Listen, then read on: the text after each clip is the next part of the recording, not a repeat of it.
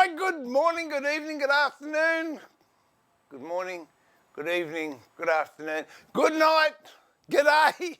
How are you? This is Steve Hay, Woodworking Masterclass, day 56. And I've got to be honest with you, I am blank. I am boof. Had it. I just have no idea. So this could be just a Steve rambling stream. Don't know. I've got actually a couple of things I want to try. But yeah, normally I've got an inkling of an idea of what I want to do. And I woke up, I kid you not, I woke up at 12 minutes past 8 this morning. And I didn't get out of bed until just under an hour ago. By the time I had breakfast and did everything else, Sue said, "What are you going to do today?" I said, "I have no idea. The well is dry." Anyway, we're here. That's the most important thing. What do we got? Who's in the house? Good morning, Andy. Good morning, Ray. Good morning, evening. Okay, I'm just making sure I haven't got any cereal left on my face. Good morning, Tony. G'day, Square Wheel. Good afternoon. Brenda, hi. Trevor, g'day, mate. Paul, good morning. Jared, good morning. Reginald, hello. Prunella, nice to see you up and about. Dobie, g'day, mate. Mark, hello. Or g'day. Well, I hope you can stay with us for a bit, Mark, without getting pulled away. Oh, dear. Devon, I like that. Thank you. It makes me feel special. Big letters. I can feel the love from here.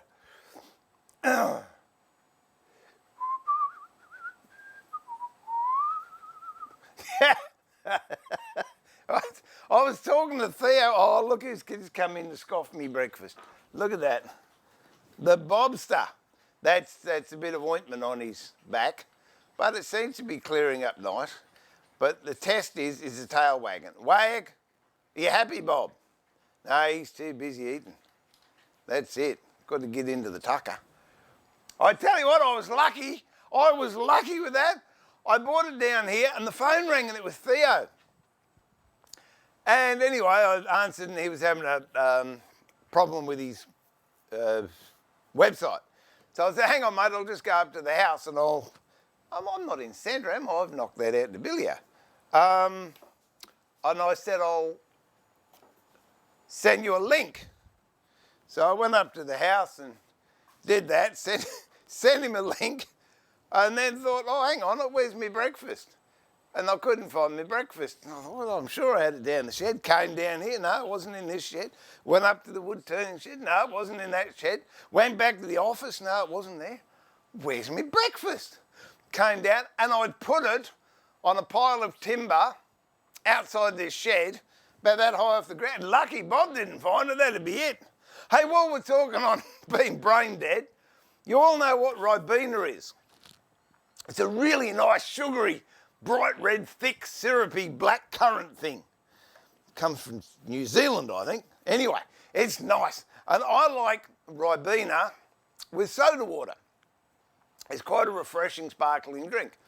And last night I thought, oh, I'll have a coffee, but since I haven't been sleeping too well, no, I won't have a coffee. I might just have a Ribena and it'll clean my mouth out and, you know, be good. So anyway, I went to the fridge and I had young Noah in the kitchen with me. And he said, what are you doing? I said, I'm just going to get a Ribena. So I went to the fridge, got the cordial. I don't know why, but I'll keep the cordial in the fridge. Put it into a glass, put it back in the fridge, grabbed the soda water to put in the Ribena, and then I filled the glass up with milk. It's a disgusting looking, it looks like a rat that's been in the blender. Oh! Anyway, I made it, so I drank it. That was it. And I won't tell you Noah's comment, but... So, yeah, I'm very tired. But anyway, it's all good. What I did, I had to go out. Yes, I finished the rest of these, so that's all done. Then someone came around with a chair repair, so I quickly did that for them. And then I went to track down some heat shrink stuff, which I've got here, which we'll try that today, definitely give that a go. And I don't know if it's just because I'm getting old or what, but I went for a drive, I only drove about 50 k's. I might have done 100 kilometres, 60 miles. I wasn't in the MX-5, I took the truck out, which is much nicer to drive because it's bigger, more powerful and more comfortable. And it just absolutely took the edge off me. I came back and I was, so that's it. I'm going to be a permanent recluse. Oh dear. Sharpening today. Oh, there you go. We could do that. Oh, speaking of sharpening, yeah, that was where I, look at that. That was, I'd hate doing these things, but that's, you know, I said the other day, I was doing a job for someone. I dropped the knife and leant on it. There you go, straight through the fingy, right up to the fingernail. Oh, no wonder it hurt. Anyway, we're tough. What it done, but it done, but bum. Thanks, Ray. Babysitter. Oh no. That hack. That's nothing. That's, I quickly sanded this down on the lathe, and I think I got a few particles of New Guinea rosewood stuck in my throat.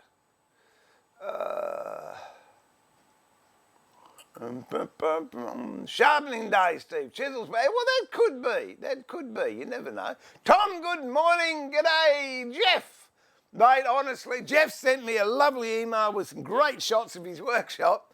Put me to shame. He's got the cleanest floor I've ever seen. Even I would eat off of that. It was excellent. And that saw till, like it. And it looked like you had a back saw in the saw dock that you were sharpening. So good to see, good to see. John, good morning.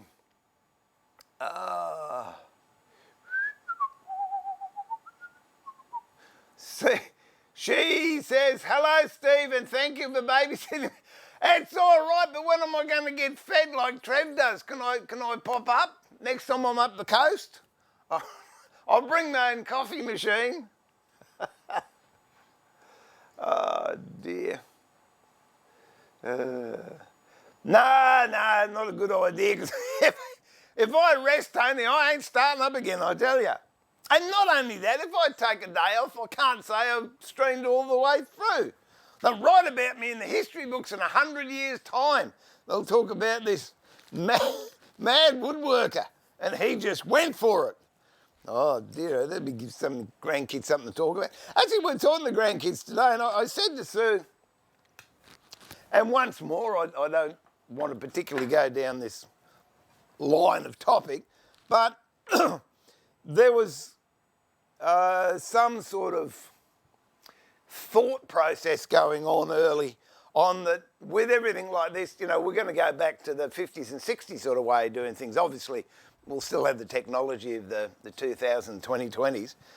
And I tell you what, I felt it this morning. I thought, that's right. We didn't have 24-hour shopping or late night shopping or any rubbish like that.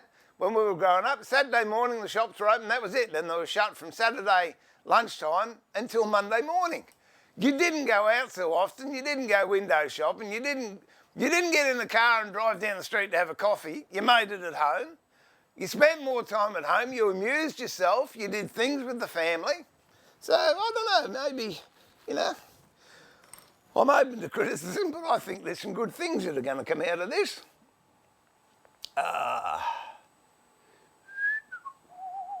G'day, Murray, how are ya? At least you're here for a little while, Murray, that's the main thing. T-Bone, g'day, mate. Make that chin biscuit.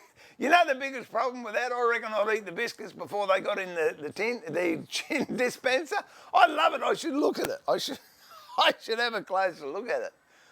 That's the other thing. I've noticed. I have become very, very fond of biscuits. Never in my 65 years of breathing oxygen have I ever fanged out on biscuits as much as I am now. Not even chocolate biscuits. I like the cream-filled ones. And I've just decided I like I think it's orange slice. So there you go. I don't know who put that one up about, oh, this is great. The only question is how do we get out the door because everyone's supersised. Anyway, it's all good. But I do compensate. I actually walk up the supermarket and buy them now, which is the 1.5K round trip. But I do eat a bar of chocolate on the way back. Craig, good morning. G'day, Ian. How are you? Finish the music stand? No.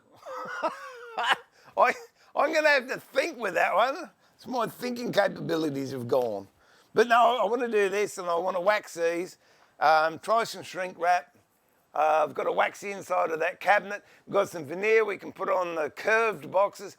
And I want to, I had the, I don't know what you call them, but last night I thought, these posts are too big. But I'm looking at them now and they're not. So what I want to do is, actually that's what I do want to do. Either make a octagon or hexagon that I can turn on the lathe to make couplings. Because these, hey, I've already dropped one on my foot this morning, I don't want to do it again. These will go together, right, like that. And where this joint is, I want to put a coupling. I've got a fair bit of meat I can play with on these. I was going to, I did have plans.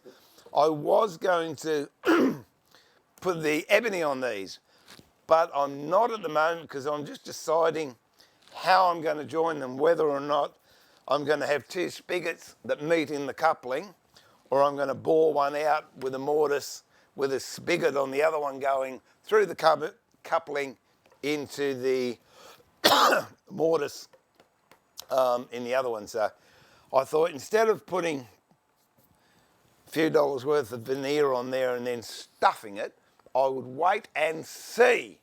And that's what I'm going to do. So big negatory on that one, Daryl. No, I ain't going to do the music stand today. Simple little question. How do you cut the top? How do you cut the top off a box without a large bandsaw and no table saw? Use a handsaw. Is there a better way? I've done this before. If you haven't got a router, you can do it with a router. But you can do it with a handsaw. You just got to be very, very careful. Take your time. If I've got one here that needs to be cut off, I'll cut it off for you. Hang on, let me see what I've got over here. Oh, there's one. Oh, crikey. I'll tell you what, sure, I'll clean the shed up. That'll be a good job. Good job. Let's have a look at that. Yeah, we might even do that. That'd be just for fun. What was that one? That was quite schmick. All right, who asked me that? Andy. We'll have a go at cutting the top off of that one. That was a trial one I made with I don't even know which buttons to push, with a floating base, raised panel floating base. And that timber here is beefwood. When I go out, that's what I collect, and that's ambonia. So yeah, we might do that down the track. So I'll leave that one there. There's a job I can do. See, it started. I know it's got an orgasm of its own. An organism that will grow. That's what this chat room is. Do you realise that? You're just an organism. And let me put that around there. I tell you what, since I fixed my little chair, happy camper with that. That's good value. Need some bickies and coffee? You got it, Tony. You got it. Did John and Yvonne just slip in, did they? Well, how are you? And I hope you're both well. Morning, Barry. Yeah, no, I had a good chat with Blue Wren last night, and yeah, she said, look, just leave it for a week and see how it goes. It's nice and pink and it's healthy. She seems to think it should have cleared up a bit more by now. But there again, she said whoever gave me those tablets could have given me a double strength lot, which for Bob's weight would have done it. So she said, give it a week. If it settles down, it's okay. But if it gets infected again, go and get an operation. So that means selling one of the grandkids or renting them.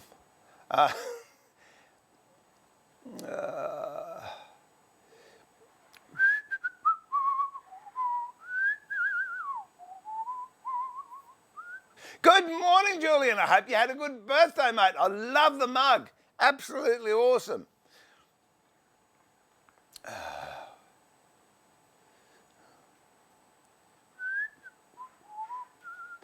Ba-da-bum, ba-da-bum, ba-dee-dum.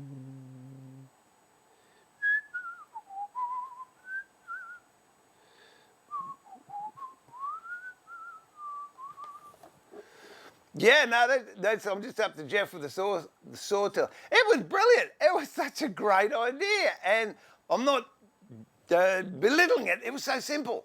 I wouldn't have thought of it, but it was simple to build. And well, when I say that, it's in comparison to some of the other ones I've seen.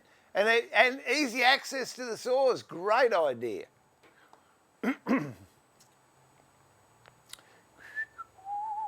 Good morning, Louise. Tell Andrew sad day, no Susie today. She's got to go up to the shops with the grandkids because it's Anthony's birthday next week and we're not up with what 16-year-olds need, so he's got to go and pick his own pressie. And Nan has to pay for it.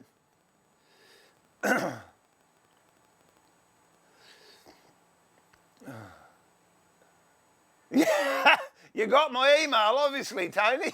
Yep. Tony had some great ideas. I ran it by the chat room about doing live classes, which would be obviously not as flippant as a stream. It will be business stuff, how to do stuff and get stuff done. And I had to say, great ideas, but by the time I get up there and I've done everything else I'm meant to do, I sit down in front of the computer and my brain and my body go, don't be an idiot, go to bed. And I do listen sometimes. Well, Susie, she's got a really crook back. She's going to try and see a chiropractor today. And she said, I said, well, you don't give yourself a rest. She said, why don't you take a page out of your own book? I looked at her and she hit me. Oh, dear, oh, dear. I hate eggs that are in the fridge, Ray. I do. I detest them. I like them room temperature.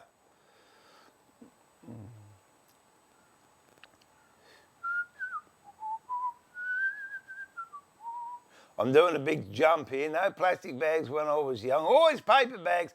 I was with you, Brian, and you didn't pay for the darn things. And if you broke an egg or the milk leaked, it'd make the bag soggy and all your groceries would fall out. Did that a few times.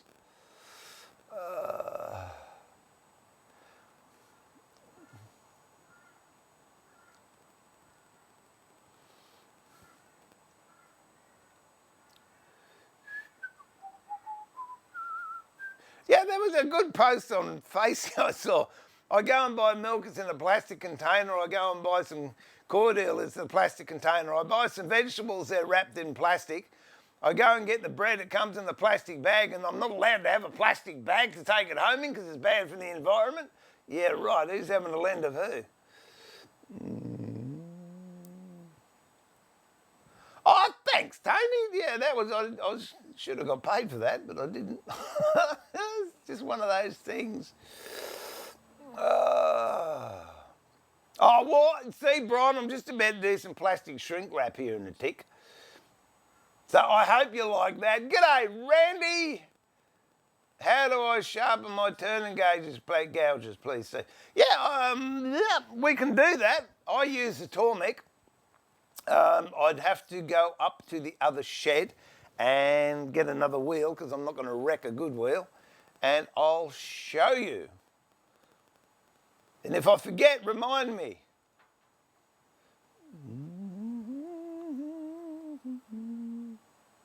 Oh yeah, I remember you remember the old lady with the when I was a kid. They had those string bags. You could put an elephant in those. They were unreal. they'd fit into your purse and you'd pull them out and they're stretching. Absolutely awesome. Craig, good. Oh dear. You're right, Craig, you're right. I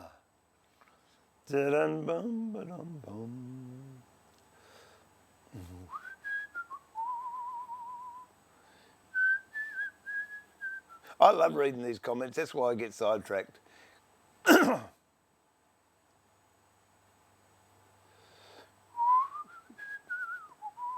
Okay, all right. We'll cut the top off of that in a minute. I'm just wondering if I can do it with me trick finger. I might go and put a Band-Aid on if I'm going to do that. And then what I do, when I go and get the Band-Aid, I will grab a different wheel and I'll sharpen the gouge for you. But what I thought I want to do, where's the other wheel of that, you Wally? Where's the other one? I'll go and steal Susie's. I want to find out how big to make the plinth. It's hard to say, plinth. Oh, so that's only 4 inches. That's not too bad at all. I reckon if that came out 2 inches, so that's 6 inches.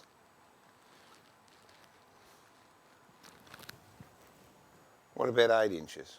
We go 8 inches.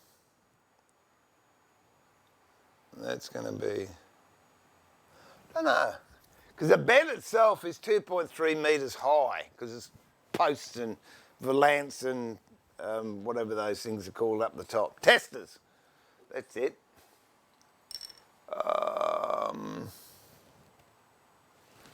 So, okay, I've got to go and find the other one of these wheels. Where is it? No, I'll go and do that one in a minute too. So there's 3 things I've got to do when I leave here. Let me just put that there. I'm itching to try this heat shrink. I was hoping I was going to get a demonstration. That's why I drove all the way up there to see this bloke, and he wasn't going to show me anything. Just give me the money. So I did. Oh. Now, where is a shopping board? Oh, well, we can try that one, I suppose. I wanted to try that other one too. Where didn't I put that one?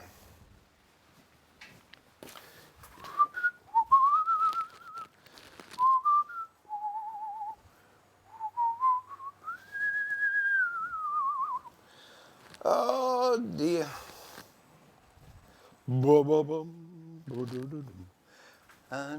I had another. That chopping board with the brand on it. That's the one I wanted.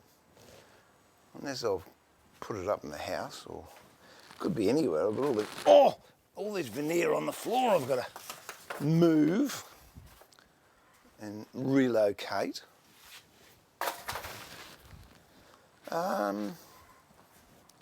don't know where the thing's gone then. Well, let's open it up anyway. We'll have a look-see. I tell you what, oh, it's heavy. It's heavy. See, told you it was heavy. Where's the knife? 600 metres, which is 1,200 chopping boards. If I get that many done, I'll be very, very happy.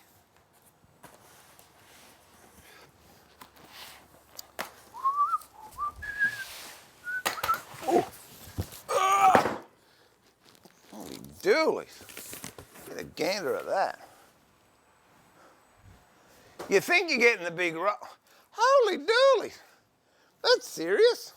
It's got, have a PVC barrel on the inside.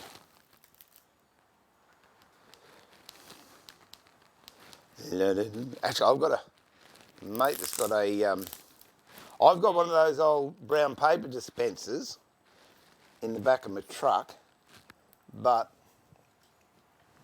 I've got a mate I'm going to see on the weekend, and he's got a small one, which this would fit on quite nicely, I think. Okay, how does this work? Ah, all right. Okay. Ooh.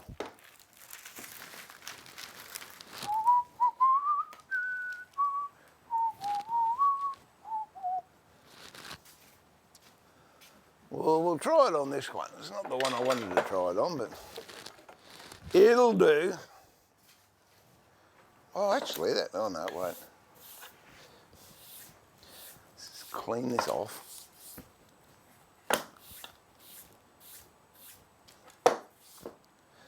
All right. Oh, perhaps I should brand this, eh?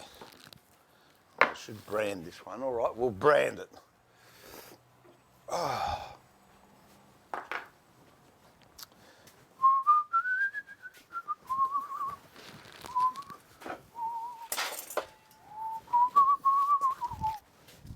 Oh, here we go. Now I've got to do this. Got to get this down. Is that got a? Oh, that's got a second hand on that. Okay. I'm just looking at the clock. Here we go. No, turn it on. Where are you? You there? Come here. There you go. Okay. We'll go to 50 seconds and I've got to heat this for a minute.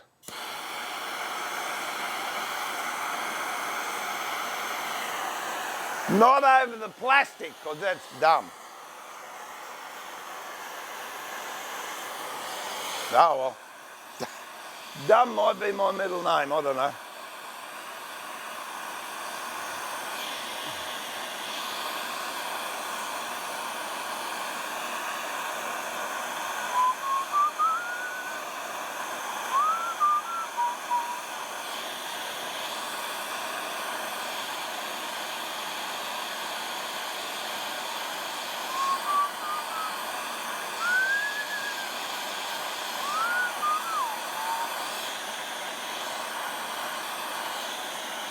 Another 10 seconds.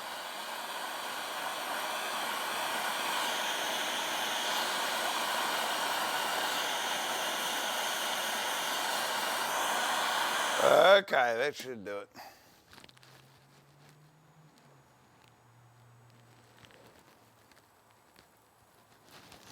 Oh, I like that.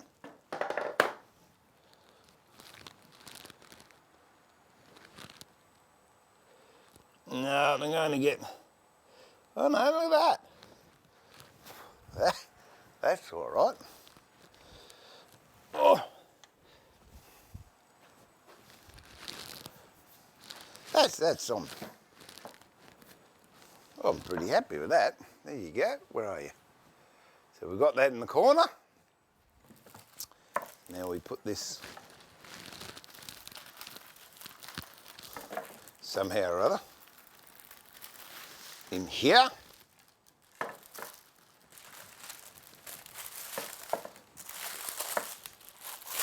Most of the chopping boards are obviously bigger,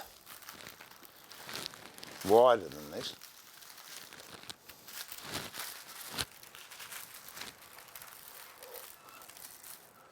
Don't know, never used one of these before, so I don't know what the go is. Yeah, this thing's meant to cut it off. Haven't even used this. Not even unwrapped it.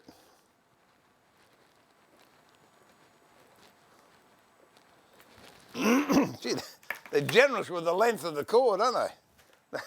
That's really good.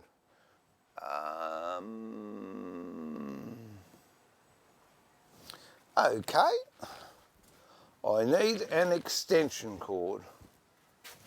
Where's an extension cord? I'm all excited now. I'll tell you what I got excited about the other day too. I found something I've been looking for ages. Hang on.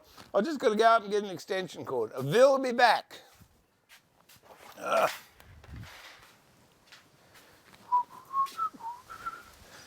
Bobo. Where you going, mate?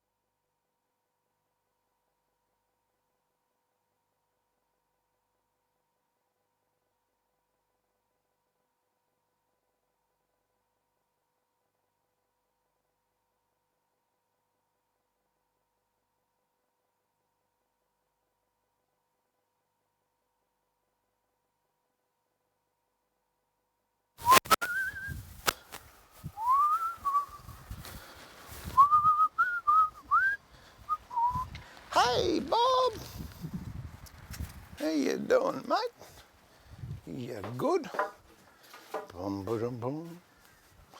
Buddy, boom, boom. Oh, that was a good trip. I got the extension cord. I got the stuff to do the a gouge with, so we can do that. Couldn't find any band-aids, but that's the way it goes. Oh, and I found the chopping board I was looking for. So, oh dear.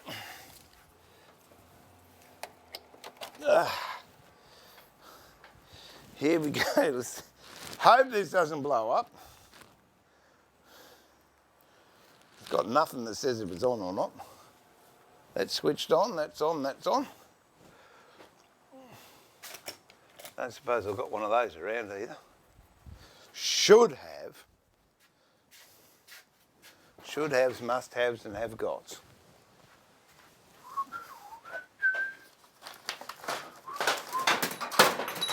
Whoops. Oh, that was a pity. Boom, boom, boom, boom. Boom, boom, boom, boom. I don't know. You'd think that it'd have a light or something or other to tell you if it's on. It's got a switch. Oh, it's got a micro switch. Okay.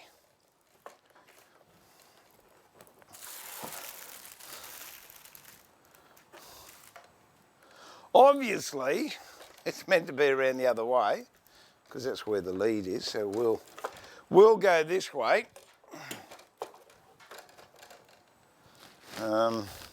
I'll put this one in because this is the one I really wanted to try it out on, and we'll see what it looks like when it's all sealed up.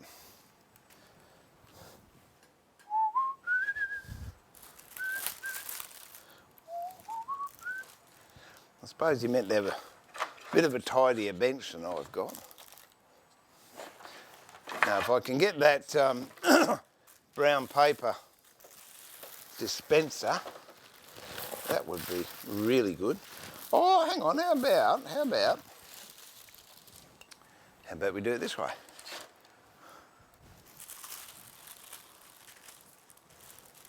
Oh, you're kidding me. I thought that was going to be wide enough. Apparently not. Oh well, doesn't matter. Here we go. We'll see what happens.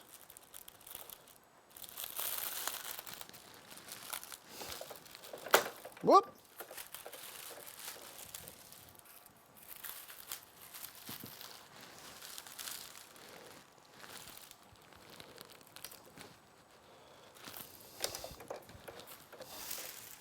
All right. Well, that works so far. Pop the chopping board in. Will it go that way? Will it go that way? Look at that. I think it almost will. Maybe. I don't know.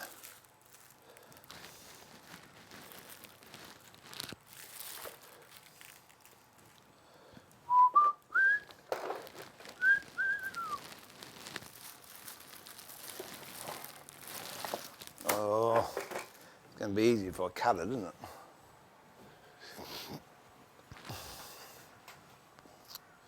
Ta-dum-bum.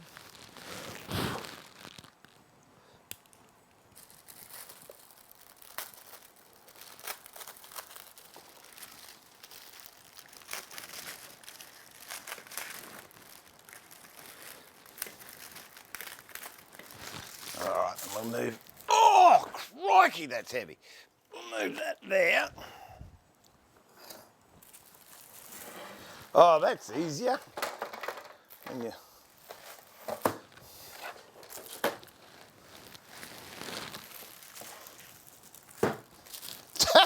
take me longer to wrap it than it did to make it.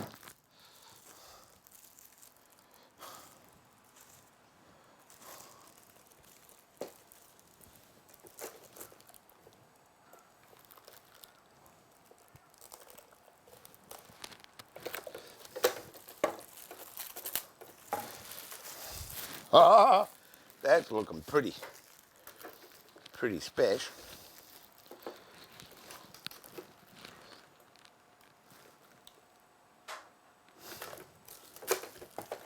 Oh, hang on, we've got a bit more heat we can put into that.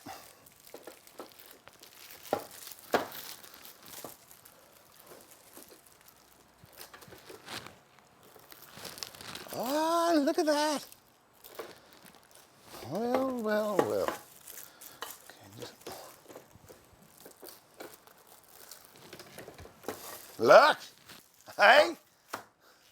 Oh. Put that there. Okay, so that's how it's looking so far. Get a heat gun out. Turn it on.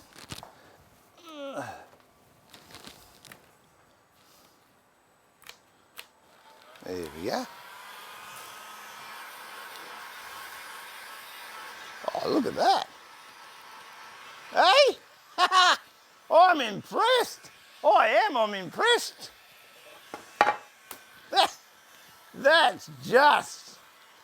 That's the business right there.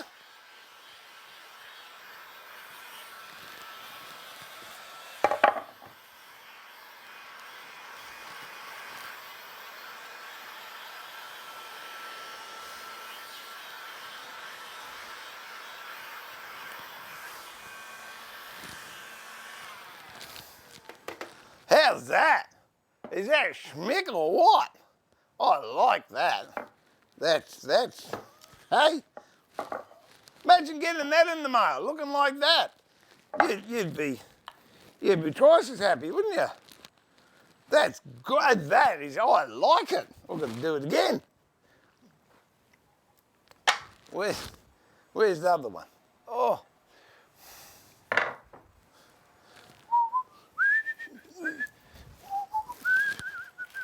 Oh dear. Oh, I know what we could. Let's give this a whirl. I don't know how it'll work. We'll just pretend. Say you're doing a box. How's that going to look? Whoops.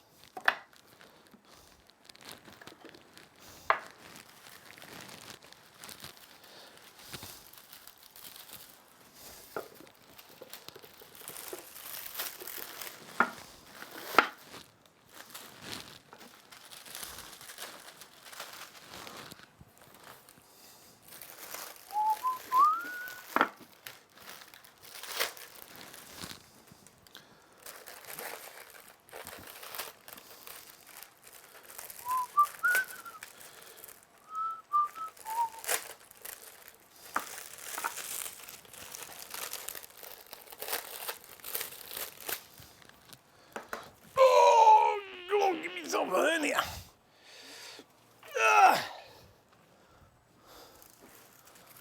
Oh, I'm all excited now.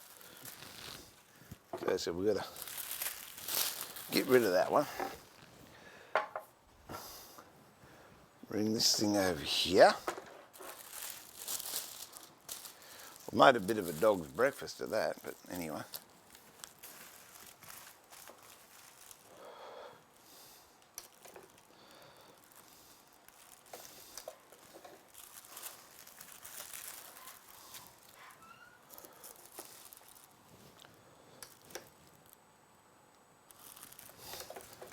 Okay.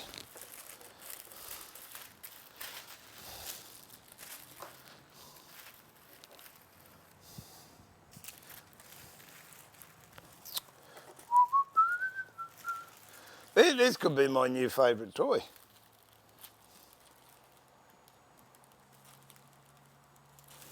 Go this way.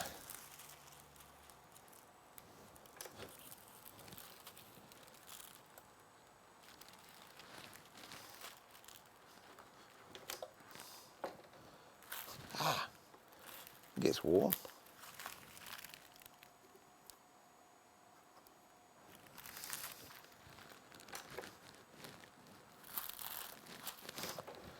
All right. You make this box and you sell it. Put it in the wrapper.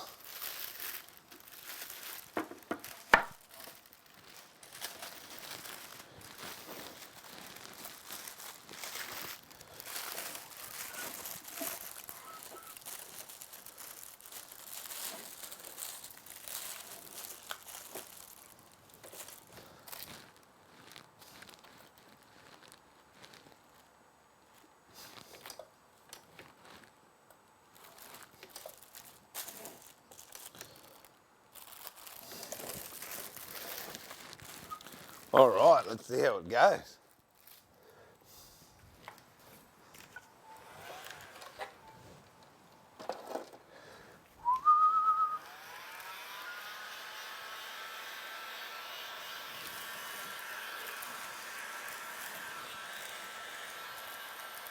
Well, we could use it as a veneer clamp. Vacuum seal.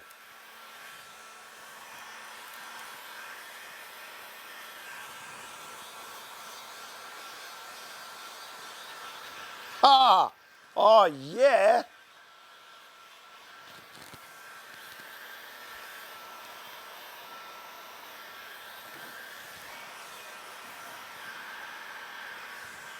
Hey, how good's that? I love it.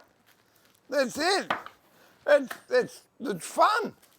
Fun, fun, fun. The biggest drama I have with making stuff is if it hangs around the shed for long, it gets dirty. Whereas that's gonna fix that. Oh, I'm wrapped with that. What else? Oh yeah, the other day I was looking. I think I was talking to Ray about the scratch stock, Lee Nelson scratch stock. And do you think I could find it? And the other day I was doing something and I dropped the screwdriver down behind the picture framer's guillotine, which is that thing there, and the screwdriver went down the back of it. So I went down underneath and behind to get my screwdriver back, and what should I find behind there? But my Lee Nelson scratch stock in the box. Everything's been hiding there for about a year. So very, very happy I found that. We'll use that later on. This is a brilliant bit of gear. It's for doing hand cut beading on jobs. And I just absolutely love it. I think Stanley had one, might have been I don't know, I'm just guessing, he could have been a 65 or a 66 I think it was. But anyway, that's it. Found that. Very, very happy man. So I'll put that somewhere where it won't get lost again. Oh, okay, I'll sharpen the gouge. I haven't forgotten about the top being cut off either. We'll do that in TikTok. Let me have a chat. I really am just one of these streams today. Oh,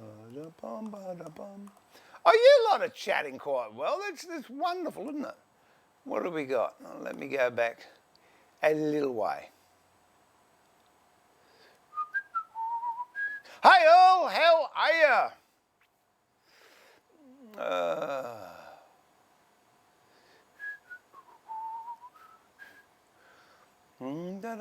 And Julian, no, Julian, you asked me a question already, haven't you? So you don't get to. Brian, good day.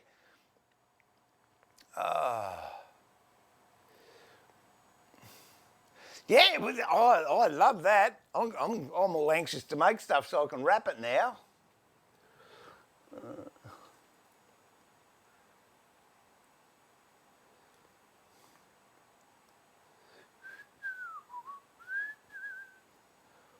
What did I say when I was in the house?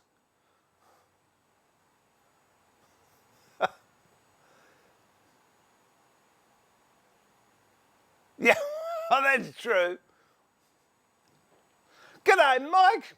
Mate, I understand and I empathise with your dog situation. They think they're doing such a good job, and they're there in case you fall over, you can land on top of them.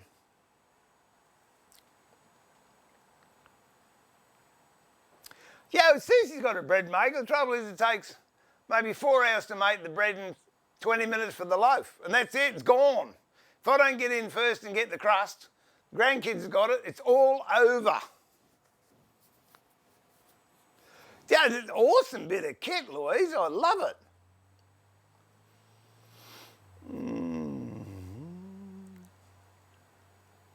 Well, you can't buy it anywhere else. 600 metres of that there is. So if I figure if I did a chopping board and it's 500, which is, yeah, what's that?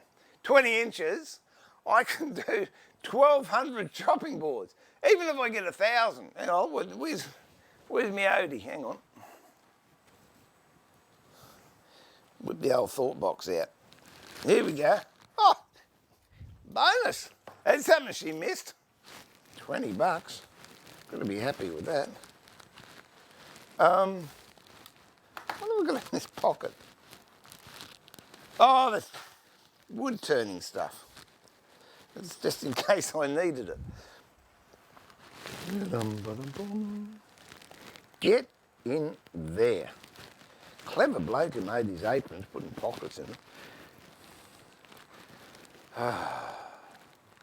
Okay.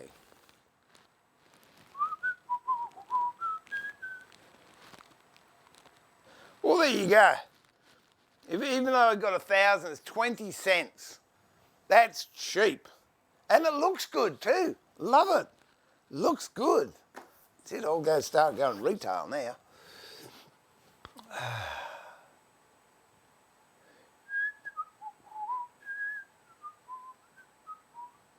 Oh, hand sanitizers, don't start me on hand sanitizers.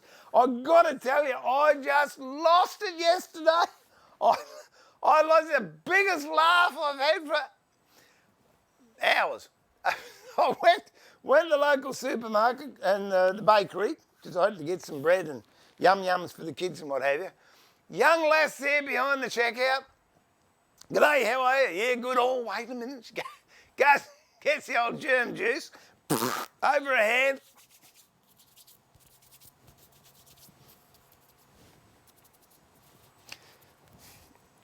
Meanwhile, my milk's out of date by the time she's finished. Here's the clincher. Now.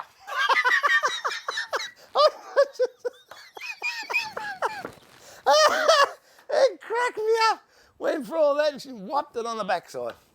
So what would I know? I'm just a humble woodworker. Oh dear, oh dear. Good morning, Max. How are you? Oh, I shouldn't have done that. I've just opened my finger up. It'd be right. Oh.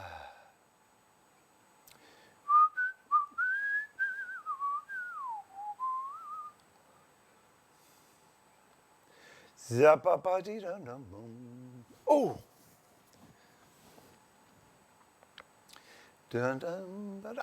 it looks good, doesn't it? I like that. That shrink wrap. I'm up to 50 minutes. Oh, I'm only 8 minutes behind. No, I'm not. I'm 10 minutes behind. I'm catching up. No, that's all right, Brian, because you wrap it in brown paper and everything and put it in a box. But if it's in a shop or something like that, people aren't going to put their grubby mundowies all over it, and it's going to be quite nice.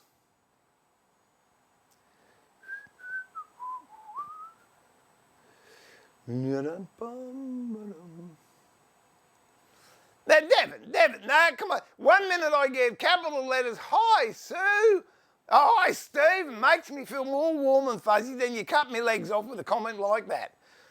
Just as well she's not coming down because I'm not gonna let her know. She hasn't seen it. She'll love it. Putting the quilts and everything in the post. Psh, that's what we'll do. Oh, I love it. Oh, excuse me, I belched it.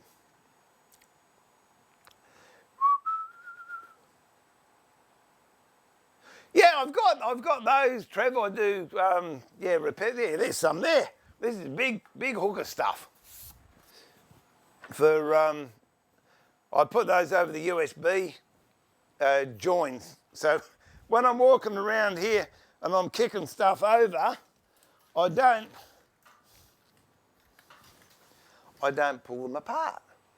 Hey, good idea. And then if you want to change, you just cut it off, put a new one on. No, they're great.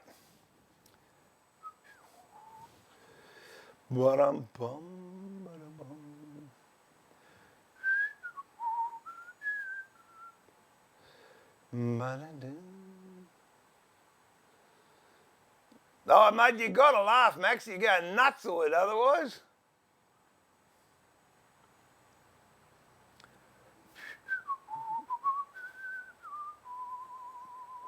All right.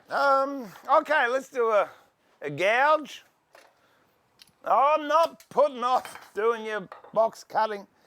I'm just procrastinating on it. Okay. The beautiful thing about the Tormic experience is that's I brought the wrong one down. Oh dear, wait a minute.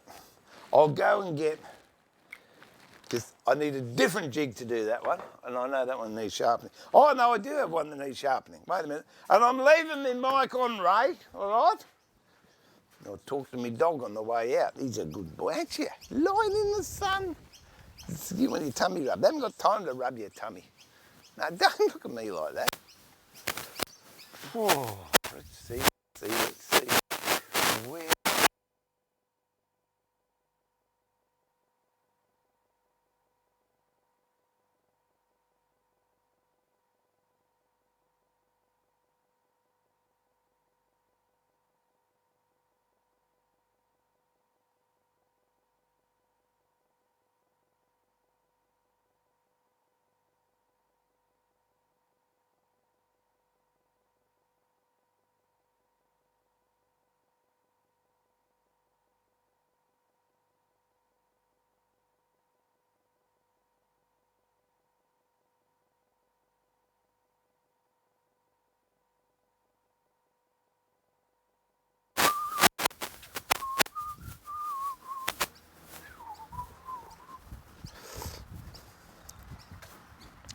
Yeah, the beautiful thing about the Tormic is, doesn't matter what shape your wheel's in or diameter, you get the same result.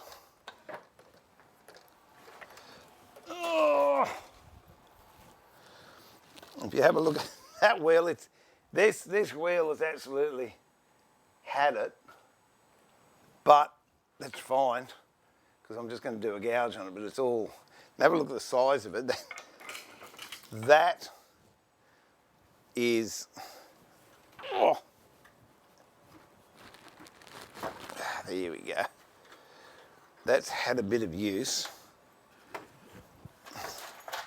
This one here, we'll get it off, is a relatively new one. So you can see the difference in the size. It's a newish one. That's a very, very worn one, but it's all good. So let's go over here. Where are we? There we go. So I'm going to put the worn one on. So I keep the other ones for flat chisels, the bigger wheel. So what I do, my planes and chisels on, because I want it to be nice and flat. Let's go and get some more water, I think. Up. All right, I'm just going to go and get a Band-Aid too. I'll just rip that open. Back in a tick.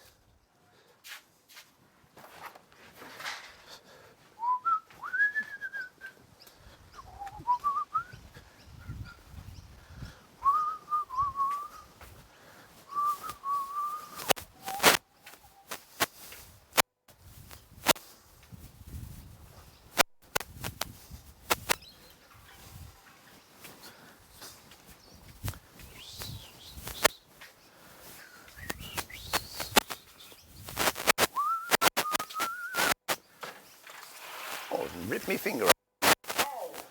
Yeah. Happens on a big job. So they tell me. Yeah, another thing is they release stuff every day, The what? They release new stuff every day. All right.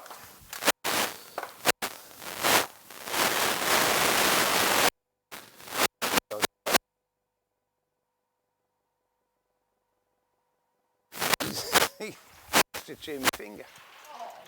Yuck. That's what I reckon.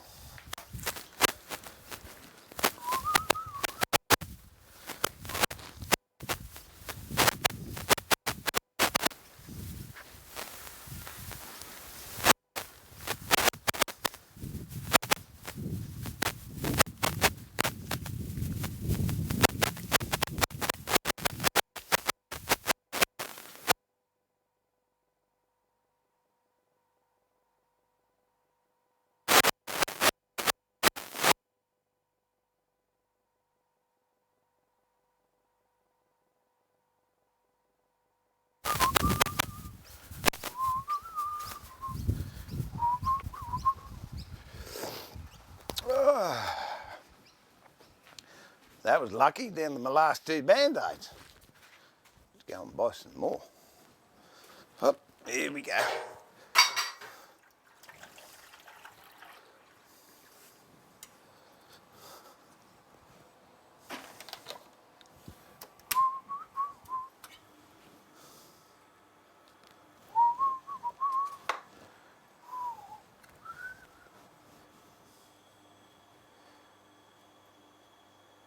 Ba-dum-bum.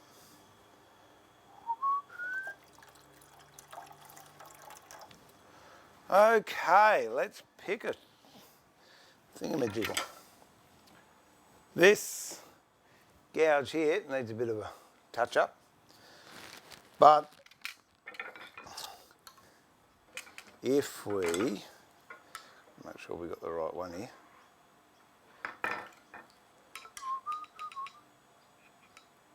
Oh dear, what have we got? That's not it, is it? No, let's try that one. Oh, no, we'll do this one. It tells you in a book what jig size to have, or what jig to use, what hole to use, and what protrusion you need. So what I will do, this is this jig, number 2 setting, so I turn that, so it's number 2 setting, which it is. And you push that through there. And you've got protrusion settings here, so that's 55, I think, this one. So you put that up to 55, slide the jig up to the plate, tighten it off, and it also says hole B, I think that is. Hole B, let's try hole B, which you've got 2 holes, A and B. So you slide it on hole B, push it up to the wheel, and you spin it until both of these connect.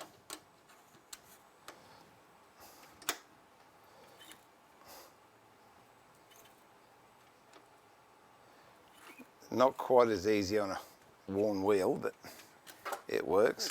And that should be it.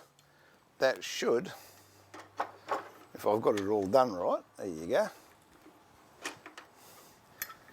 You can always tell if your grind's going well.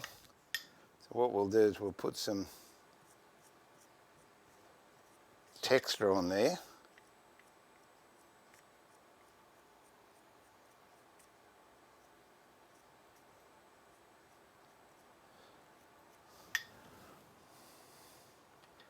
And we'll see how close we've got.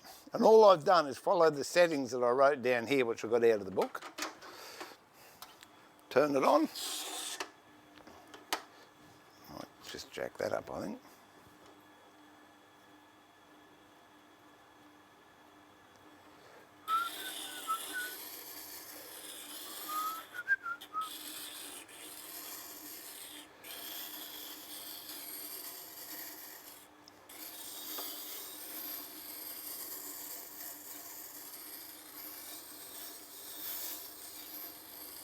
Now bear in mind this wheel is definitely not flat. It's got a lot of undulations in it. You like that word, undulations? And there we go. That's given me almost, well it is, it's a perfect grind. Because I'm not using this bit anyway, but if I kept going that will come off. And then you take it over to the honing wheel, which is on this side. I've got 2 of these bars. When you buy the machine, you only get 1 bar. But because I swing from one to the other quite a lot, it was worthwhile me getting 2 bars. Again, put it in hole B. And then adjust it so both of these wheels turn. And that means when both of those wheels turn, you've got the correct radius. And then we'll put a little bit of honing paste on. And again, this is something I don't like doing on this machine. I much prefer using the machine I've got up in the wood turning shed, because this I really want for flat tools, not round ones that are going to knock my wheel out of shape. And then you can just hone that very nicely.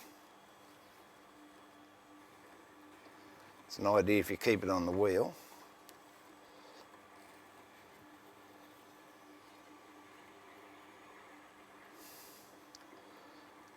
And then to do the inside, take it off, and there's another wheel here, which will do the inside of your gouges. So I just, oh, actually that one there. That'll take off any burr that's on the inside. Then you can just give it a whoop. Final lick on this one.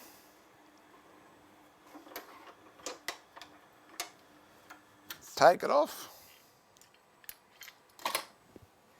Give it a wipe.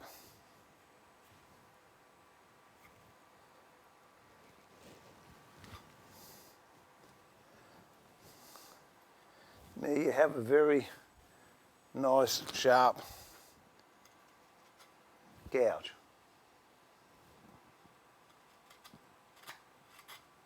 There you go. So that was that one out of the way. All right, let's have a look at cutting the box off, cutting the lid off. I've got those other ones to do there, but what I'll do those up in the wood turning shed, where I have got a couple of other bits of equipment that makes it easier. Vis-a-vis, I've got a step. And some tools, you've got to be at this height, and other tools, it's nice to be another 8 inches higher, so I've got a metal step up there, and I just step on the step, and I do that bit, then I step off the step, and I can do that bit. But I hope that helps. But that's how I do mine. And love the Tormic.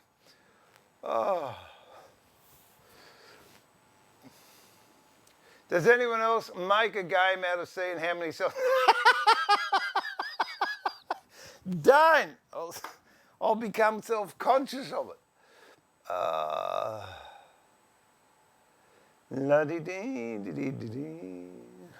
right, what are we? 16 minutes past, so I'll go back 10. It's great to see you and a Jova Med today. It perks us up as well. Well, that's good to know, Brian. Yeah, I had nothing planned for today. I'm going to stream, that's it. Don't know what I'm going to do. But we're getting there. I'm in the procrastinators club. We have a meeting tomorrow, maybe. Yeah, they do get cancelled though, sometimes. It depends if someone can make a decision to cancel it or not.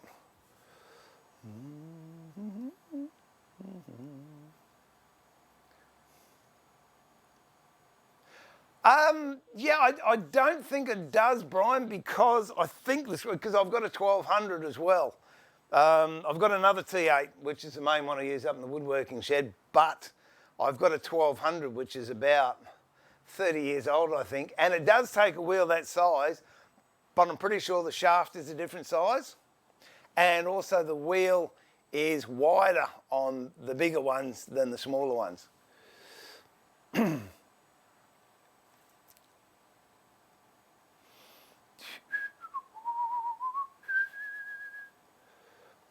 Oh, good on you, Randy.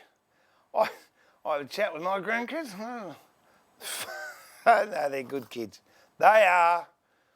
It's not often you get a chance to be a parent completely twice without the medical costs. No, that's not true. I think we paid for most of those too. Oh, can you face on that stuff? Oh, look, Ian, they say you can. Personally, I wouldn't. All right? They say, oh, I'm eating all these biscuits and my jeans are falling down. They say you can on the side face. The diamond stones, you're meant to. I don't like the diamond stones they make. I have a Tormek, well, I'm not going to get it because it's over there in a pile of rubbish, but I've got a Tormek flatbed water grinder, and it's like that. That's what I do all my flat grinds on. The other one that isn't too bad is the Robert Sorby setup. I've got one of those, but it's in the back of the truck. What's it called? Pro Sharpener or something or other. But in all honesty, these just beat everything hands down. They're dearer than anyone else, but they really are. It's what, you get what you pay for, I suppose.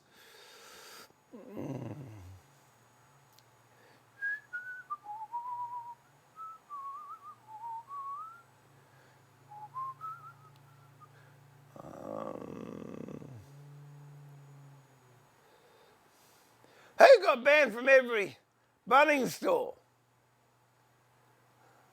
Did someone get banned from Bunnings store? Let me read it. What is it? Alleged power.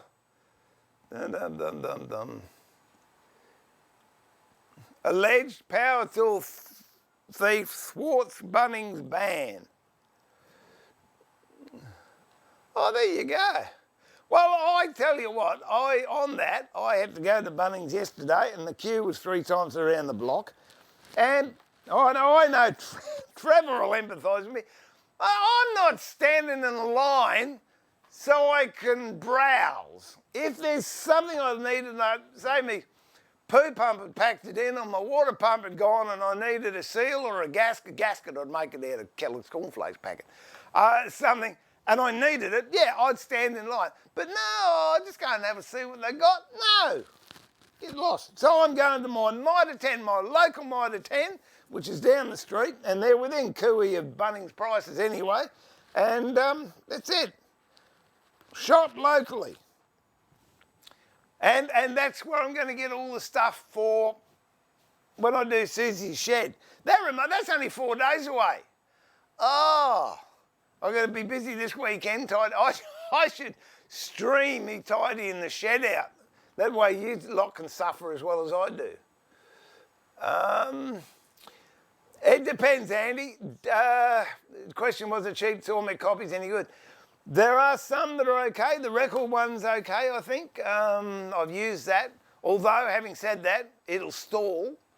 Whereas the Tormek one, you can put as much pressure on that as you like, on the T8, and it won't stall, and you can run that continuously all day if you like, whereas you'll find most of the copies, I'm not sure about the Jet or the Trident, but a lot of them you can only run for 20 minutes or the motor will overheat, so just be mindful of that. But honestly, if you've just got a small shop and you've only got a few tools, yeah, they're fine. You know, go the Shepic, go the Record, go the Jet, the Trident. And there's a lot of generics around now too. home browned, house browned ones. So work something or other, workstation or something. But I do it a lot, and I do a lot of sharpening of my tools, and I expect a lot out of it. And Tormek delivers. So there you go. Only to ignore that and get caught stealing 10 grams worth of pencils. Dear.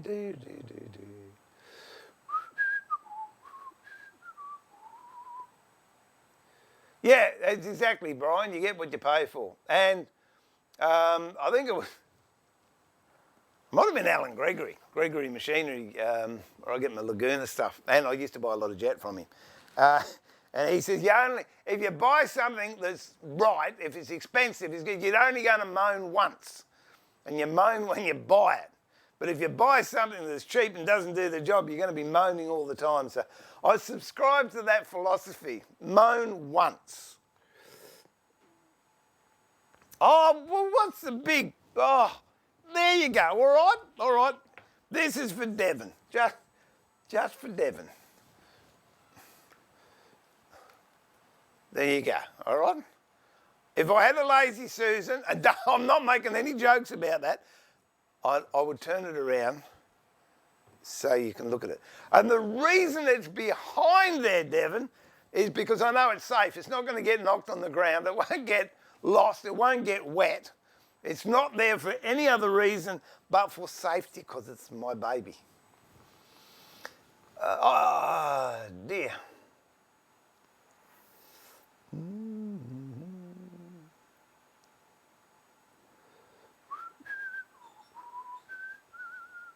G'day, Wes. How are you, mate? And Ange, if you're there too. Yeah, also, Trevor, all the jet ones do. That's why I bought a heck of... I haven't got any left, but I know shop up the road, they were getting out of jet, and they were selling all their jet stuff for ridiculous price. You have $5 accessories for the sharpening machine. I think they were $5 each. So I bought a record power setup for a mate who wanted to, get a little bit extra cash doing some sharpening, and we bought all the accessories for $5 each. I was tempted to buy some myself. Hello, what's happened here? There we go. Night, Prunella, sweet dreams.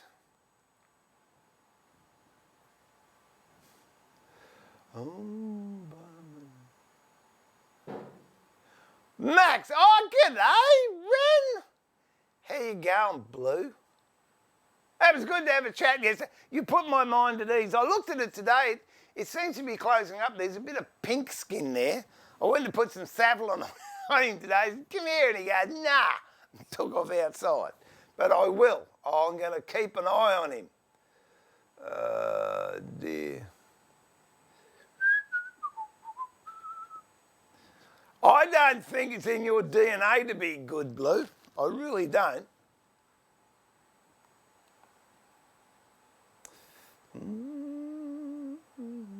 I'll send him down to you with a rolling pin around his neck.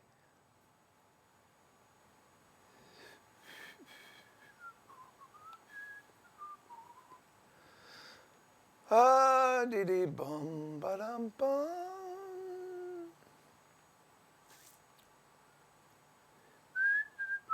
Oh, hey, are you in your shed? You said you were going to be in your shed. This is Blue. That means you got internet in there. Yeah, I like that, Mike. Yeah, a shame not. Yeah, look, this Mitre 10 we've got up the road, it's a family business. They've got 2 stores. One about 30 k's away, and this one here, it used to be a Home Hardware. And Bunnings bought the block of dirt next door and they're going to put a store there. Oh, that's just silly. G'day, Tempest Brewer. How you going? Loaderised. Oh, g'day, Loaderised. I thought you were in, but you're there. You're there as well.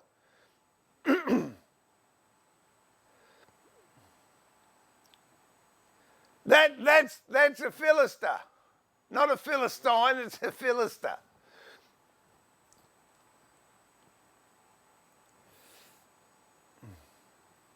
Oh, that's good. Good to hear, Blue. And it's only going to get better over time. G'day, Panda!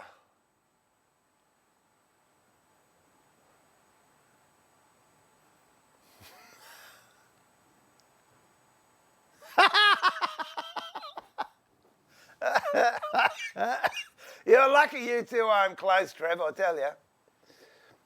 Did the compressor get fixed? Dean, yes it did. It works like an absolute, that's it, it can go back home now. It works like an absolute dream. And I went to go and get the parts to fix it. They didn't have them, of course, because the compressor was 30 years old.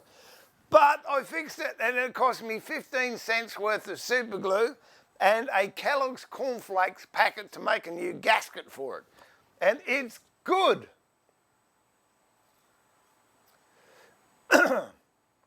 Okay. Right. Oh, we cut this top off. Who wanted that? Was that you? That was you, wasn't it, Andy? All right. Let's see how we go.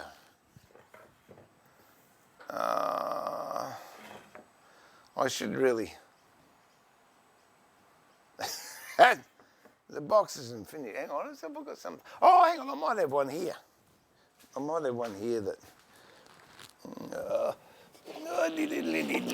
Here you go.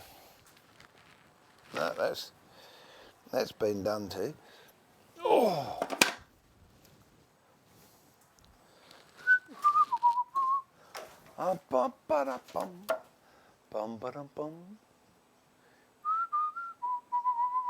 I did think we're going to have to do something and make a musical instrument one of these days. I really want to do that. I've got all the stuff here to do it. No, well, that's all right. We'll do this one. Don't worry about the expense, Andy. It's all right. If I got a router bit in there, I'll just trim it. There you go. That'll do. Oh. So this is most likely going to tear out and make a horrible noise and a horrible mess. But it's all good. It's for a good cause.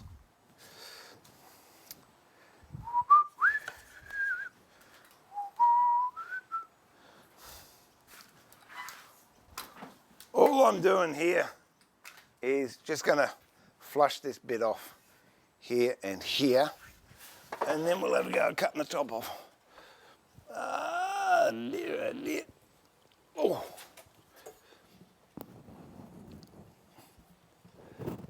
Come here, you. There we go. There we go. Done.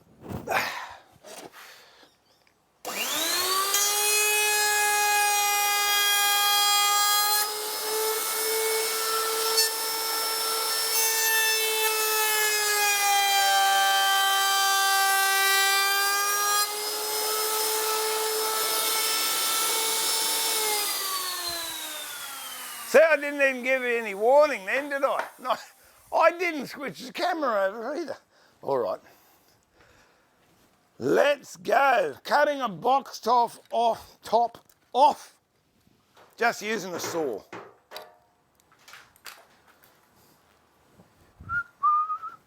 Move that stone out of the way.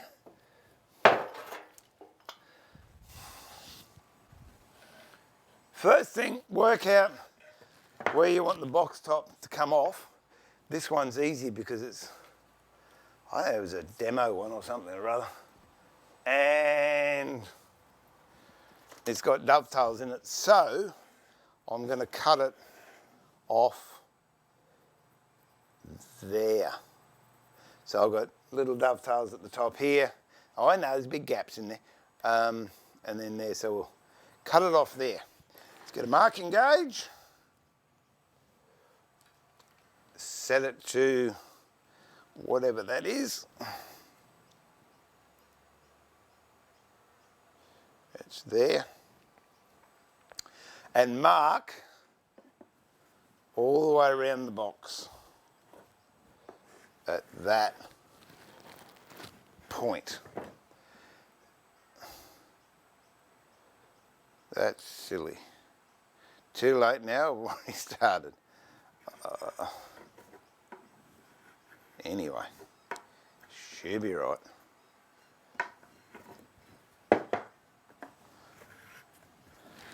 That's interesting. What did I... Oh, I know what this box was. Yeah, okay. It was a demo one for their through dovetails. I was doing through dovetails and then their lap dovetails there. So it was just a demo piece I was doing, obviously for a demonstration or something, so that's all right. It's no hardship whatsoever. All right, so we've got that marked all the way around.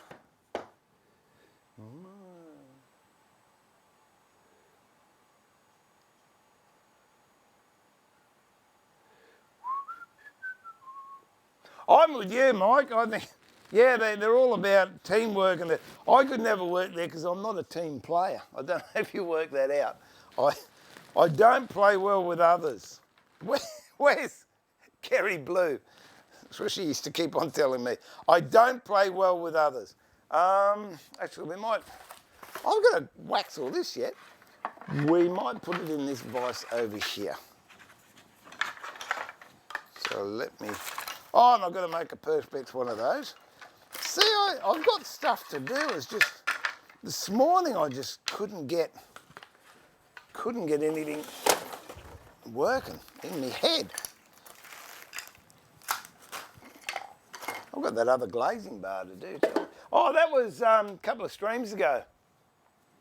We did. Come here. We did that with the rubber band, so we're going to have to.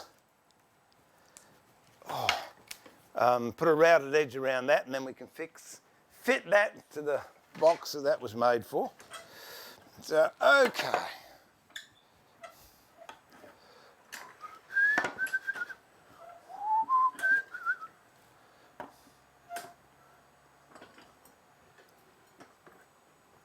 That's not going to move.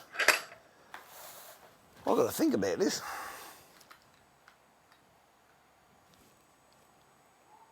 You could, if you wanted to, which we might do, because it might be, if I can find some masking tape.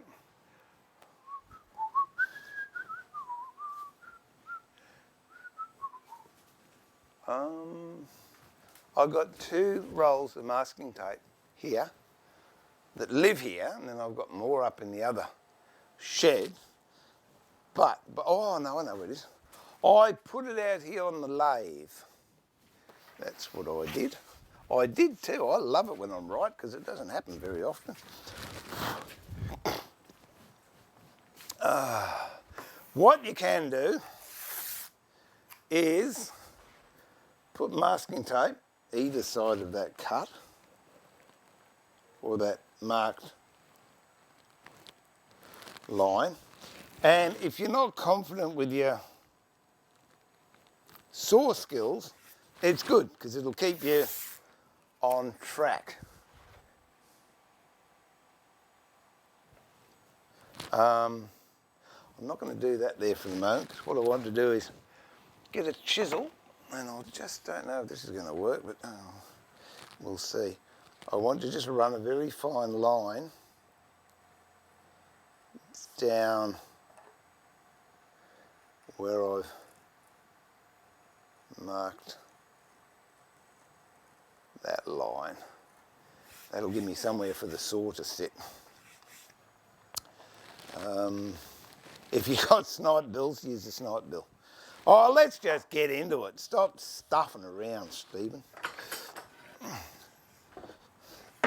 What could go wrong?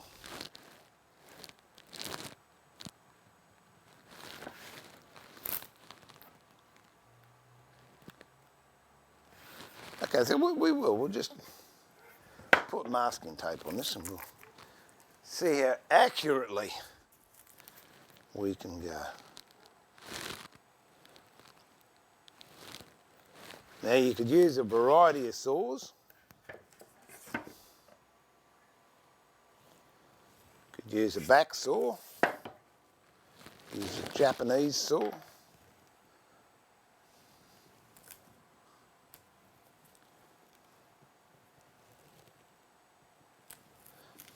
A dovetail saw, a rip saw,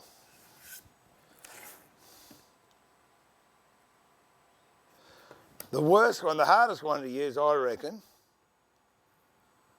would be a rip saw. So let's use a rip saw, because it's the hardest. I've got a 12 TPI, I think. Here we go. We'll put a bit of wax on the blade, always a good thing to have. If it's too hard to get started, what I'll do, I'll tell you what I'll do. I'll start it with a back saw.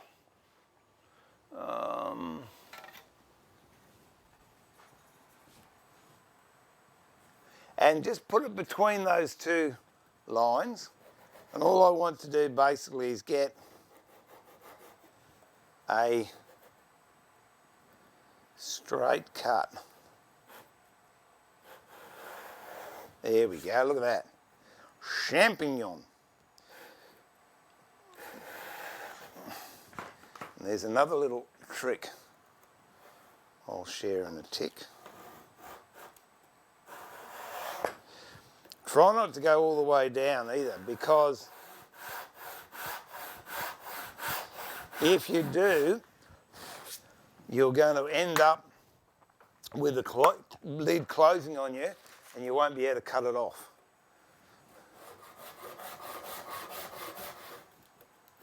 So now I've defined that slot. We'll just work in that slot.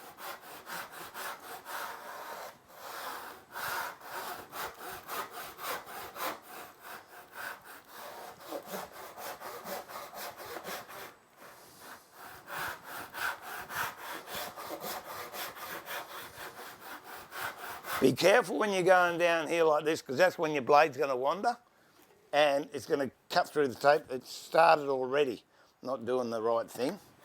So only go down there a little bit. At the back you've got more accuracy, because you can see. I want to bring that other camera over.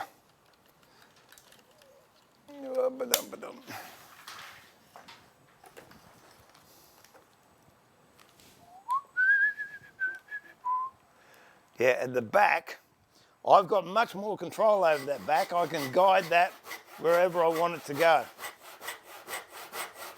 Whereas the front, it's going to go all over the place. So the trick would be to do that. Spin it around. Don't forget, when you put it in the vise and you clamp it, you also could squeeze the cut together. So I'm coming back here and I'm following this down. See how it's gone out of square there? I'm going to bring that back around. Now that's straight now, I'm inside the tape. And all you do with that is you just twist the handle just a little bit, whichever way you want to go. Okay?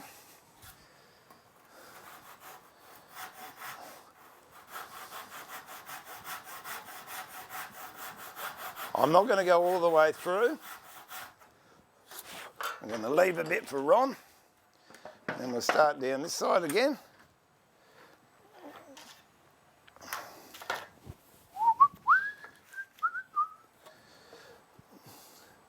Get between those two tape lines.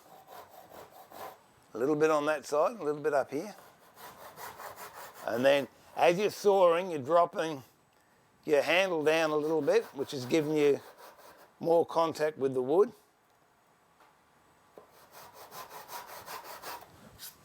Come up here again.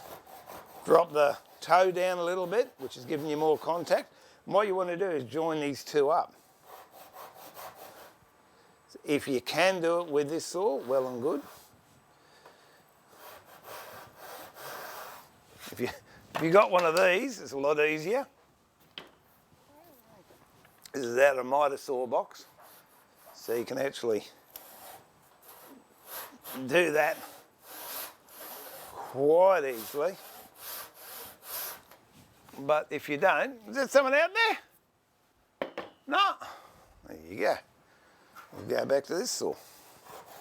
Come down the back here, follow this line down.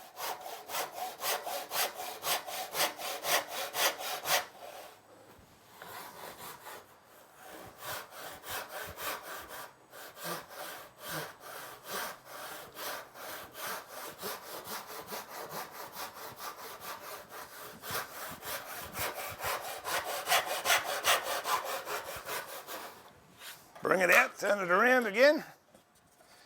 And now we've just about got the box lid off. Bring that down between the two lines. We still there? Or have I moved? There you go.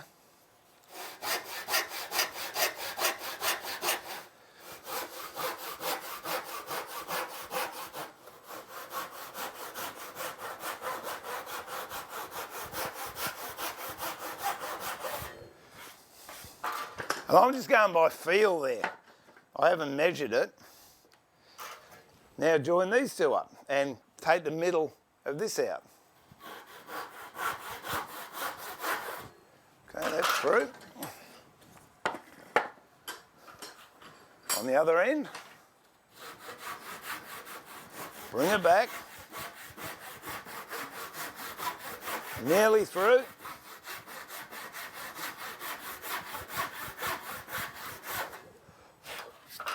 At that stage, I'm going to get a knife and see how close I am. A couple more cuts, I reckon. Whoop! I should have stopped it too, shouldn't I?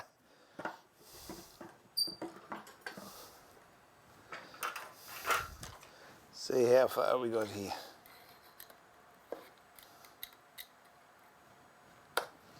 There we go, 2 cuts. And we'll try it again.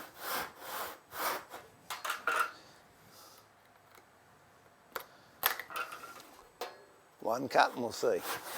Nah, make it 2. Another 2 maybe? Yeah, I know, Ray, I can't count. Okay, I'll give that 1.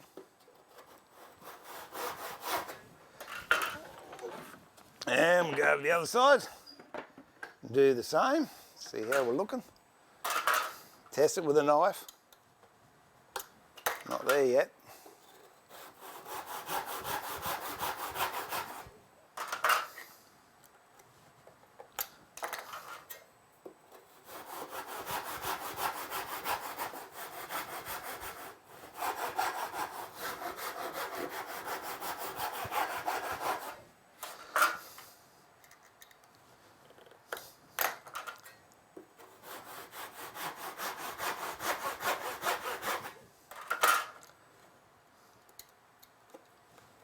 Okay, so now what we do, if this one's,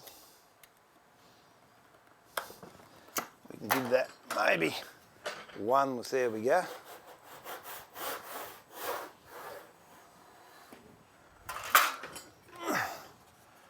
And then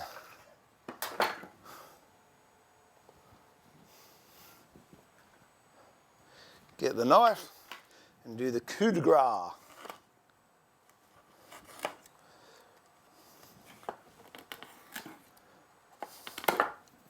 There you go, box lid, reasonably straight. Cut off using a handsaw. And then just flatten that out on a piece of sandpaper, or what have you, whack some hinges on it.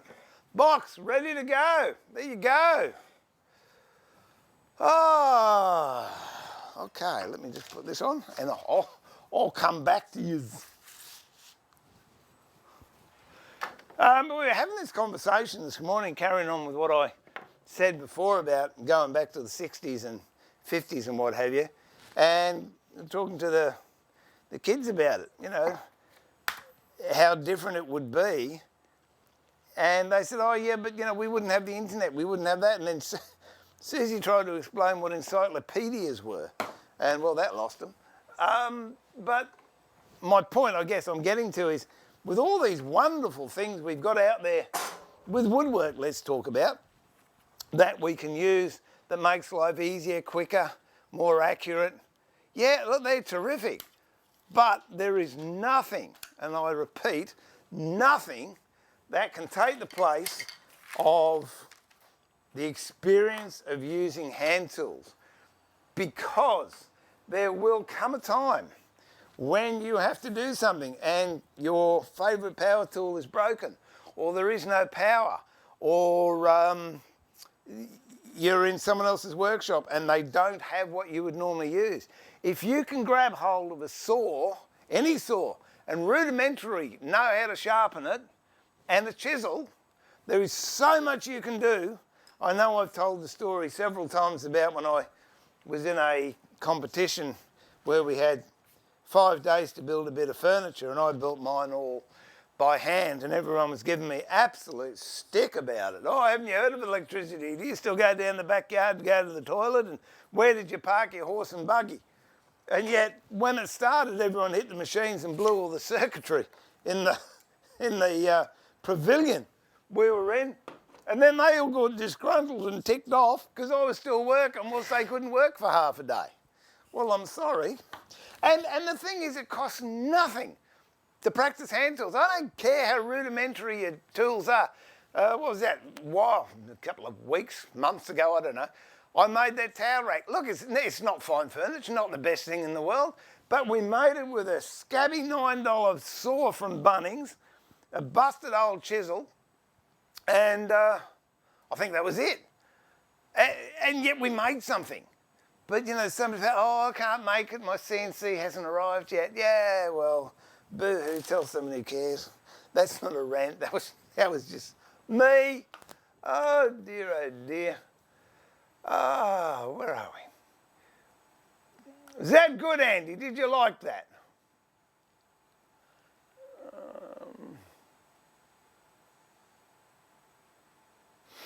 Duncan, here you go, mate. I need something to rip wood with. What's better to use, bandsaw or table saw? I'm not sure which one. You're going to buy a saw, mate, get a bandsaw. End of discussion. Boof. A bandsaw, in fact, I've got a video out and there's 13 joints you can cut on a bandsaw. You can't cut them all on a table saw. They are most versatile. You can get a bigger, I wouldn't go for anything smaller than a 14-inch. Get a couple of blades. My fave, I've got I would use more than anything, not counting a resaw blade, I use 10mm, 6 TPI, and 3/4 inch. You could go 5, or if you've got a lot of stuff to do, maybe 4 TPI. And that will cover about just any bit of timber you want. I've got a resaw blade there, which is 1 inch. It's tungsten tip, but it's $370. And while it's good, I don't think it warrants the money they charge for them. I think I can get just as much work done with a $20, $30 blade. And yeah. But again, you know what I was talking about before, they're bringing stuff out to sell machines and not make you a better woodworker. It's just to sell you more machines. So honestly, a bandsaw would be the go, in my humble opinion. I had a bandsaw before I started getting these nice swish ones. I had a 3/4 horse bandsaw. It was an Elephant brand, made in I think it was made in 1987.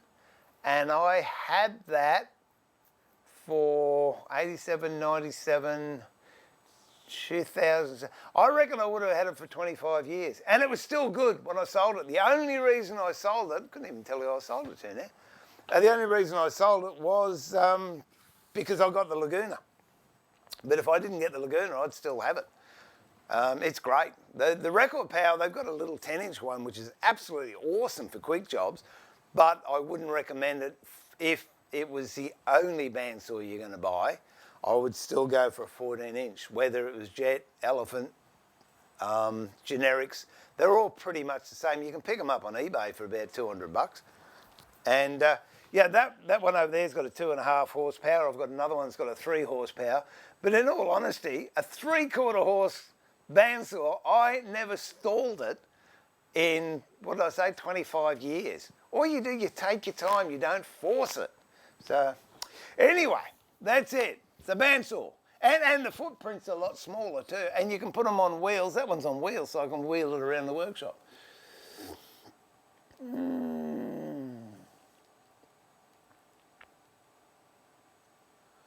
Yeah, I've seen you hanging the clothes out, Trevor.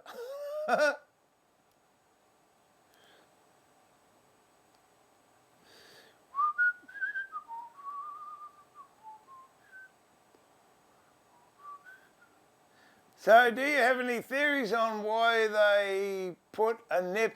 Have got no idea, mate. The idea, I mean, this Lee Nelson one, they've obviously just copied it from the old-fashioned saws. Now, that one's got a big kink in it too. I don't know what happened there, and it doesn't want to go back. I have tried to push it back. I've heard it's for cleaning out the kerf. If you're cutting something and you clean the kerf out. Another one I've heard, which to me makes more sense, is a cover for your saw, because they didn't have plastic in those days, and there might have been a timber cover and a bit of elastic went over there to hold it on, and a bit of elastic went into your handle to give you the cover for the saw. But that to me seems the most practical thing to do, and I kind of like that. Or either that, it was some sadistic person when they were designing saws. Yeah, we'll put this on in 100 years, and they have an idea what it's for. Yeah, we'll trick them. But no, the saw cover idea, I think, rides quite nicely with me. So there you go, Jeff. That's just my 2 bobs worth.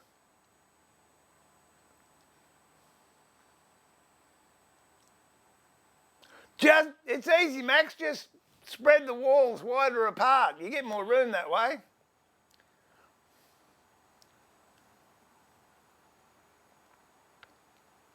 Yeah, by the way, Jeff, those 2 crosscuts you've got, they're pretty awesome too.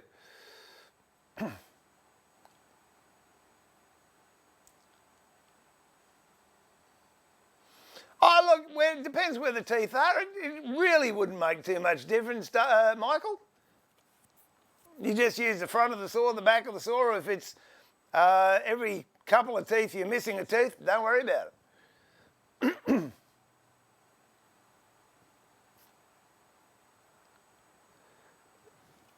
Yeah, that's it.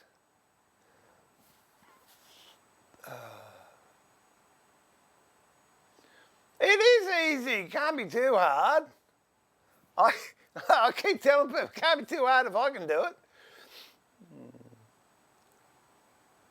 Yeah, good on ya. I'll give you capitals. I'll come out of England. I'll capital ya. No, that's good, Andy. So look, it can be done. There's no dramas at all. If you want, you could try and do that with a block plane and even it out. I personally would use the sanding boards that I've got down there. Just get a big sheet of 60 grit, 40 grit sandpaper, and you just and sand it flat.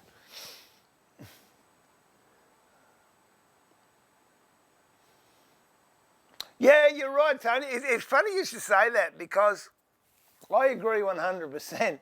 But I must admit, I forget what I was doing. I was doing something the other day off stream, and I thought, oh, I can do this. Oh, hang on, I've got a machine that'll do this. Why am I wasting my time? And I reiterate. Yeah, there's a word for the day, reiterate. I'll reiterate what I alluded to previously. I think I'm turning into a lawyer. It's great to have tools around, but it's also wonderful to know how to use hand tools.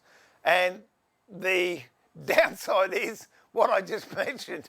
Sometimes you get so hung up on hand tools, you forget you got a drop saw over there, or if you got a router, or you got a linisher, or you got a disc sander or a bandsaw. Yeah, it's done. And move on to the part you enjoy doing. It was a quote from a book. It was in one of that Time Life series that came out many years ago. Many years ago. There, that's Adam Hills for you. In the 80s, it was called Hand Tools, I think. And they were talking to a chap in an interview, and he said, I use machines so I can get to the bench quicker to do the part I enjoy, which is hand tools. And I subscribe to that, I really do. In a lot of ways, which I'm going to get back to. Geez, I got into the zen of that, doing the carving of the gum leaves, if I could find it again. And I'm pulling out the background. I thought, you zoob, go get a router. There's no one watching, shush. I routed out the background. And it took me about 3 minutes. And then I could get into the carving aspect of it. So, as I said, I haven't carved for, it'll be several years. But it was really nice to come down here the other night and sit here and carve and get back into it. I remember I was doing a Davenport, and on the knee of the Davenport was made for Captain Davenport. So it was a desk with drawers on it he could put in the cabin of his ship, hence the name Davenport. And they have sort of a rollover legs, not a cabriole leg, but it rolls over like this and then comes back. And just on the knee, I was carving some very similar to what I'm doing there. I think gum knees and gum nuts. And I had a rotten day in the factory, and I rang Susie up at 5 o'clock, and I said, oh, listen, Darla, don't put tea on for me. And my factory was about 50 k's away from home. I said, look, I had a rotten day. I just want to do a bit of carving. I'll be home by 7, so don't worry if I'm late. And she said, yeah, all right. And it was in the old days of the Traveller tea phones. Remember that, the big house brick? And you're wanting people to ring you up, but you had to pay for it when they rang you, as well as when you rang them. Oh, dear. And I was working at the bench next, and the phone rings again, and I snapped. And it was Susie. And I said, yeah, I told you I'd be home at 7. Would you just give us a break? She said, yes, I know you did, but it's 9:10. And I just got lost in carving. Carving's a lot like marquetry. It's one of those disciplines of woodwork that demands your entire attention, and that's why I haven't streamed me carving that trial piece, because I haven't done it for so long and I've forgotten so much. It's starting to come back, but once I get familiar with it, I'll definitely do part of the carving on those the front for that cabinet, so you can see it being done, but I just got to get my head around it again. So that answers your question, Tony. Yes, hand tools are better, but sometimes machine tools are good too.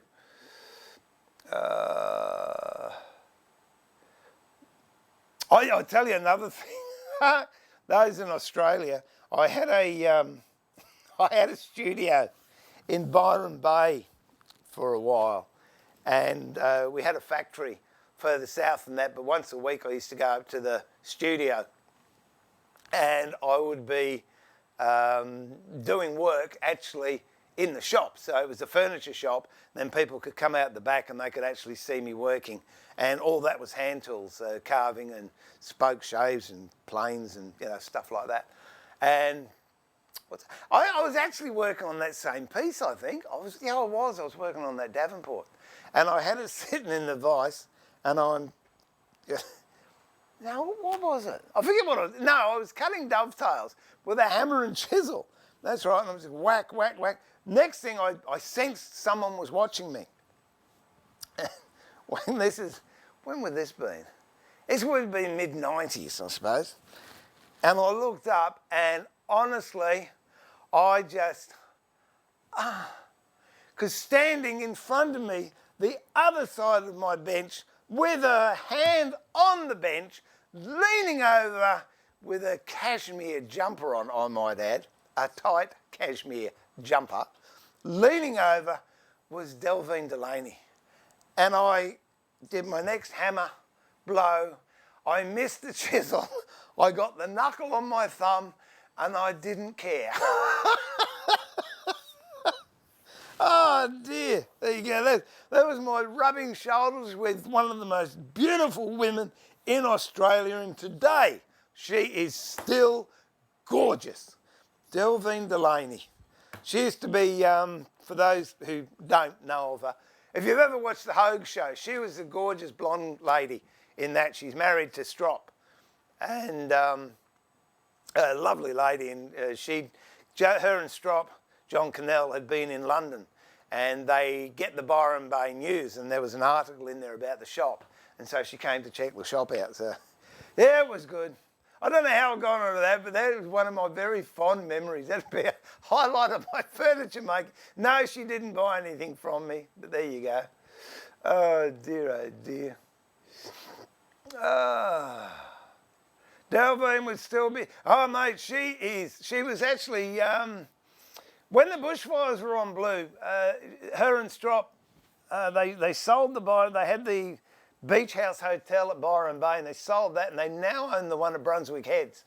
And Strop's not very well at all, but to raise funds, they had their own brew, and Delly got behind the bar as her persona of the barmaid she was in the Hogue show, and of course Hogues was there and Strop was there, and they were sitting there drinking this beer, and yeah, it's good. Oh, as they say, good times. Oh, I got all goosebumpy thinking about that. It's good, isn't it?